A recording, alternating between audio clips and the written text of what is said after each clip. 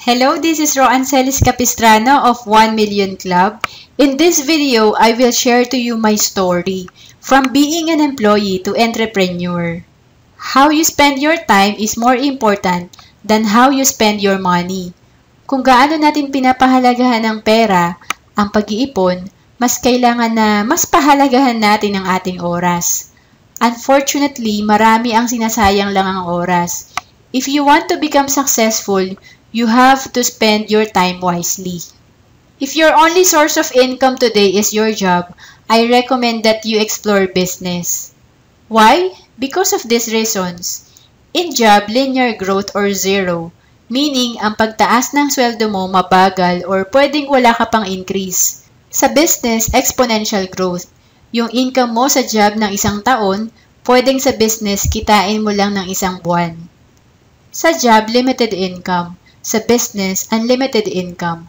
Kung ano na pagkasunduan yung sweldo ng employer mo, fix na yon. Every payday, kabisado mo na ang suswelduhin mo. Sa business, depende sa sipag mo. Unlimited ang potential income mo. Sa job, no leverage. Kasi everyday, kailangan at least 8 hours of your day ibigay mo sa kumpanya mo dahil binabayaran ka. Pag late ka, babawasan ka ng sweldo. Pag absent ka, wala kang sweldo. Sa business, may time leverage. Basta may sistema ka, pwedeng tumakbo ang business mo kahit wala ka. Sa job, lagi kang busy kasi sa 24 hours mo, konti na lang ang natitira para sa sarili mo. Ibawas mo pa ang travel time mo, paano kung lagi ka pang nag-overtime? Wala ka ng time sa family mo. Sa business, may time freedom. Marami kang time sa sarili mo, marami kang time para sa pamilya mo. My story, when I was an employee, I started to use my spare time in doing my part-time business. Every day after 5 p.m. and every Saturday, business ang pinagkakaabalahan ko. That was from June 2012 to January 2013. In 8 months, I earned 75,000 or on an average of 9,375 per month. Then, I decided to become a full-time entrepreneur starting February 2013. Dahil accountant ako, ang business na sinimulan ko ay outsourcing sa accounting, HR, and IT.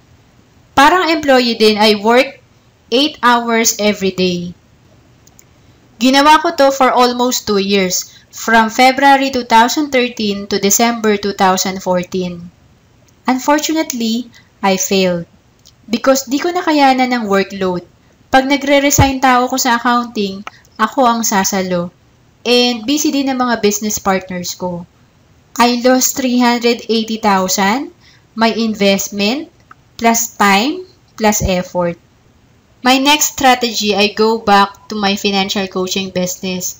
I spend 50% of my time on business and 50% in doing accounting as a freelancer. That was for 1 year, from January 2015 to December 2015. Then 2016, I started to turn over my accounting engagement and decided to give majority of my time doing my financial coaching business. Starting June 2016, full-time entrepreneur na uli ako. My journey, I started part-time in business, then I failed, then I started again in building my business. Today, I'm a full-time entrepreneur, and I'm very thankful to myself for being persistent. Here are the valuable things I want to share with you, especially to those who want to quit their job and wants to become a full-time entrepreneur. Bago mo pa-explore ang business, it is very important that you are disciplined. Discipline in handling your money. Dahil sa business, di lang personal expenses mo iisipin mo, pati business expenses mo din like rent, admin cost, salary. You have to be disciplined in handling your time. Para maging successful entrepreneur ka, dapat alam mo kung saan ka magfo-focus, ano ang dapat i-outsource or i-delegate. Before entering business, have at least 1 year emergency fund. Kasi sa business, walang fixed income, lalo na pag nagsisimula ka pa lang. Gain sales and marketing experience. Sa business, di pwedeng di ka marunong sa sales and marketing. Importante yan. Gain leadership experience. Business is about relationship, so you have to learn to handle people. Start small. As I mentioned, I failed in my accounting business. Dapat pala pag magbe-business ka, magsimula ka muna sa small business. Small lang ang capital. And lastly and most important, if you want to become successful entrepreneur, focus on giving value. Focus on what service you can offer, and money will follow. Benefits of being an entrepreneur: I'm in charge of my day, walang boss. Lahat ng activities ko based sa plano ko. Align sa goals ko. I can work anywhere. I can work less than 8 hours in a day. I can declare any day as my holiday. I have time freedom. The last part of this video is about giving. In 2012, I started giving 10% tithe or yung tinatawag na donation to church. 10% ng income mo, you give back to the Lord. Noong una, naiisip ko, bakit kailangan ko pang mag-tithe? Ibibigay ko na lang sana sa parents ko pandagdag sa panggastos nila. Pero tinuloy ko pa din ang pag-tithe every month. Then I realized, unti-unti pala akong nababago. Pag pala nagbibigay ka ng tithe, unang nababago dito, ikaw. Binabago niya perspective mo. Nawawala yung scarcity mindset. Napapalitan ng abundance mindset.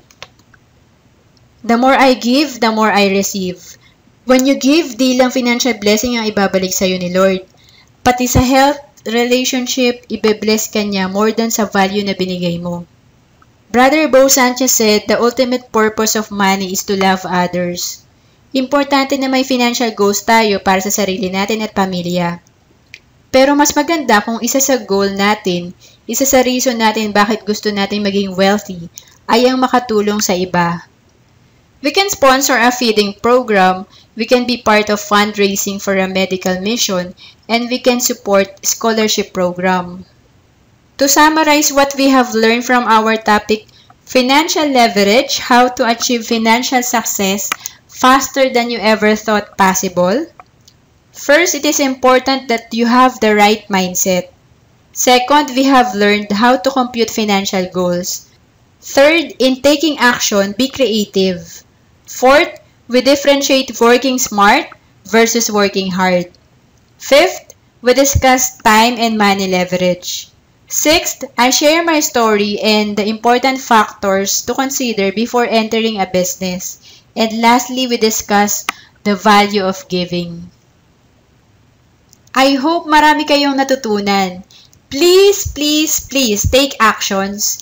I believe in the saying that the more you do, the more you understand. We always say that knowledge is power, but I believe in this. Applied knowledge is power. Again, this is Roan Celis Capistrano of 1 Million Club. If you want to attend free financial coaching, live or online, please email me at roancelis@gmail.com or roan@1millionclub.com. You may also add me in FB, Roan Celis Capistrano. Please subscribe if you like this video. Thank you for watching this video.